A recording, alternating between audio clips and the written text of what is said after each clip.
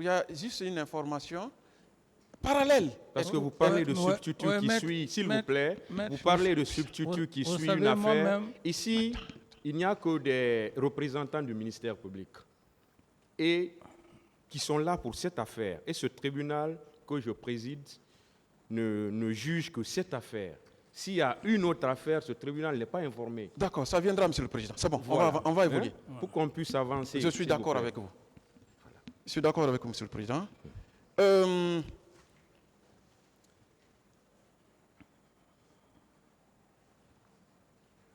Vous savez, vous avez lu le PV de Paul Massa Guilavogui? Oui, je l'ai lu.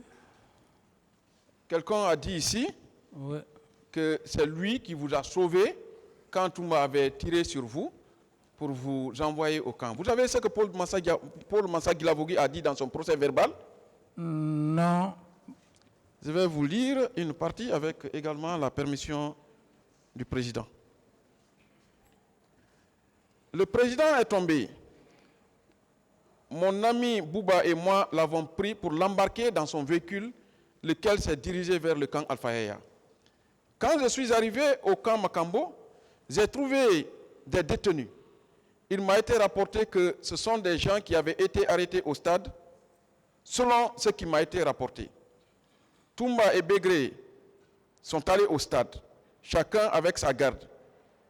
J'ai des camarades parmi eux.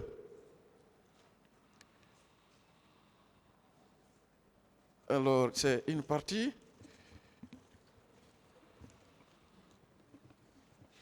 D'accord.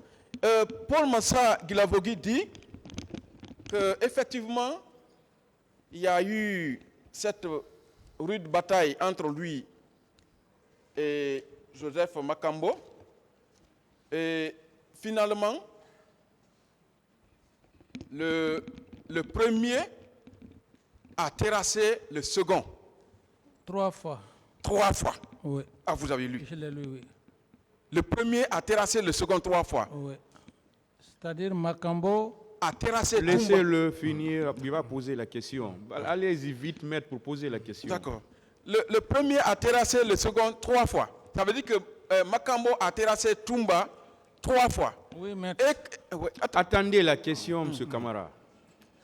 Et que c'est les gardes de Toumba qui l'ont aidé à maîtriser Joseph Makambo avant qu'il ne soit assassiné par Toumba Diakité. Ne pensez-vous pas que ce Raphaël était l'une des gardes de Toumba ce jour-là qui a livré Makambo à Toumba? Tout à fait. Vous ne trouvez pas ça machiavélique? Tout à fait. Méchant? Tout à fait. Revenons à Marcel.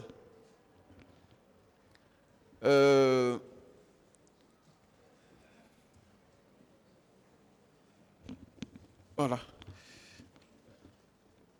Je voudrais savoir, puisque la personne qu'on recherche ici à faire porter le chapeau des événements du 28 sans aucune preuve, c'est Marcel. On vous amène à dire des choses que vous ne connaissez pas, oui ou non? On vous demande de dire des choses de Marcel alors que vous n'avez aucune nouvelle de lui par rapport aux événements, oui ou non? Oui, maître. Et moi, ici, dans mon PV, je reste cohérent dans mon PV. Je n'aurai aucune influence de dire quoi que ce soit moi-même. Je suis devant une cour. Je ne vais pas divaguer. Je reste dans mon PV. Questions. Moi, je vous crois, Monsieur le Président. Est-ce que s'il était admis que vous iriez sur la Bible ici pour que les sceptiques vous croient, vous auriez fait oui ou non? Tout à fait. Restez dans mon cadre de PV, dans le cadre de mon PV. Merci. Le 28 septembre 2009, Toumba a dit ici qu'il a rencontré Marcel 9 fois. Vous n'y étiez pas, moi je n'y étais pas, le parquet n'y était pas, même le tribunal. On lui a demandé au moins de dire le nom d'un ou de 2 éléments ce jour qu'il a vu en compagnie de Marcel. Il a refusé. Est-ce qu'il veut la vérité dans cette affaire? Ça, je ne sais pas. Maître, c'est lui seul qui sait. Vous avez vu que lui-même, il est un obstacle à la manifestation de la vérité.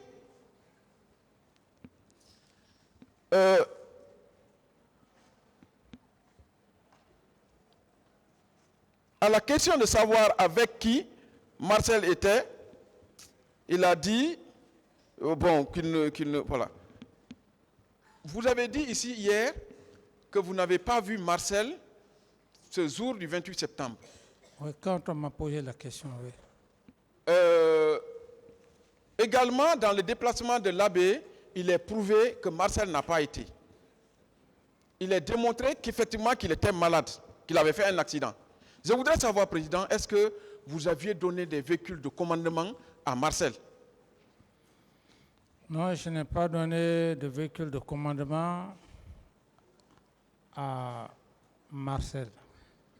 Est-ce que s'il avait des véhicules ou un seul véhicule de commandement, il aurait fait l'accident dans sa voiture personnelle à Kipé?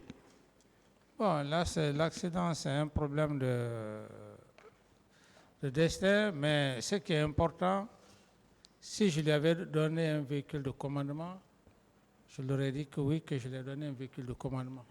Je veux démontrer ici que quand on a un véhicule de commandement, on est plus à l'aise dans ça, dans la ville, que dans une voiture banalisée personnelle. Ok, je comprends. C'est l'importance de la question. Ok, je comprends. Parce que l'accident a eu lieu dans sa voiture personnelle à Kipé. Oui, je comprends. S'il avait un véhicule de commandement, ça veut dire qu'il pouvait au moins avoir une troupe avec lui, oui ou non? Oui. Est-ce que pour une mission comme ça importante, du 28 septembre, Marcel pouvait se déplacer sans au moins venir vous voir pour dire, ah, oncle, je vais là-bas, je viens au stade. Est-ce qu'il ne serait pas venu vous voir? En tout cas, je ne l'ai pas vu le 28 septembre. Je ne l'ai pas vu. D'accord. En tout cas, nous attendons les preuves de la présence effective de Marcel au stade, pas des affirmations et des accusations. Je vous pose une dernière question. Quel intérêt avait le capitaine Marcel de salir votre pouvoir? Quel intérêt avait-il ou pouvait-il avoir de salir votre pouvoir par les tueries du 28 septembre?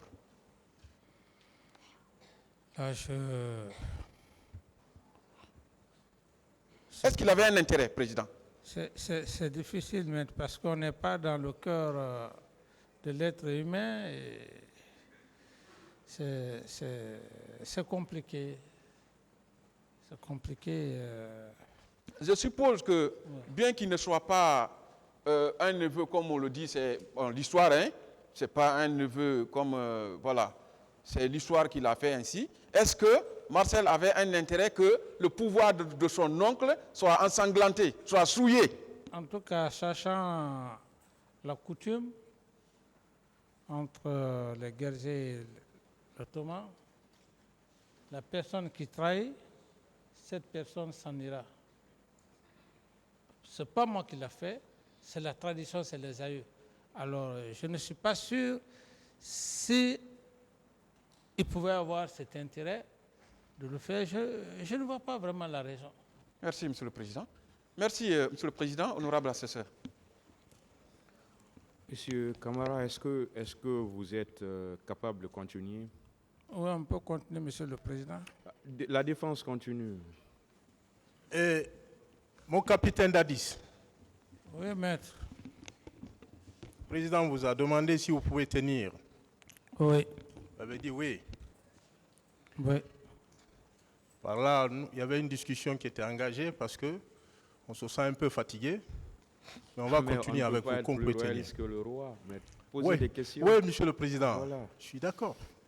Oui, mais je dis ce qui s'est passé tout à l'heure là. Non, c'est la façon de Je ne sais de pas poser pourquoi les vous questions. continuez à discuter. Voilà. Il y a déjà une décision de continuer. Vous avez la entendu, parole pour on s'en remet à votre décision, Monsieur le Président. C'est parce qu'on avait une convention, on arrêtait à 17h, on est resté dans cette logique. Poser des questions. Voilà, on est tous restés dans cette logique. Voilà. En tant que militaire, oui, maître. militaire aguerri, Oui, maître.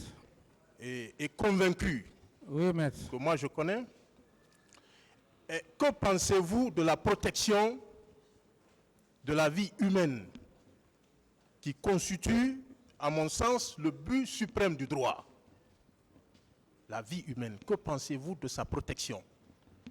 Parce qu'ici, on est en train de parler de meurtre, d'assassinat. Laissez-le répondre, maître. Vous avez posé une question. Je veux qu'il comprenne, monsieur le président. Sa mission est sacrée. C'est l'une des plus grandes missions qui puissent exister, l'une des plus grandes confiances qu'on peut donner, qu'un chef peut donner à son subordonné. Donc cette mission est sacrée.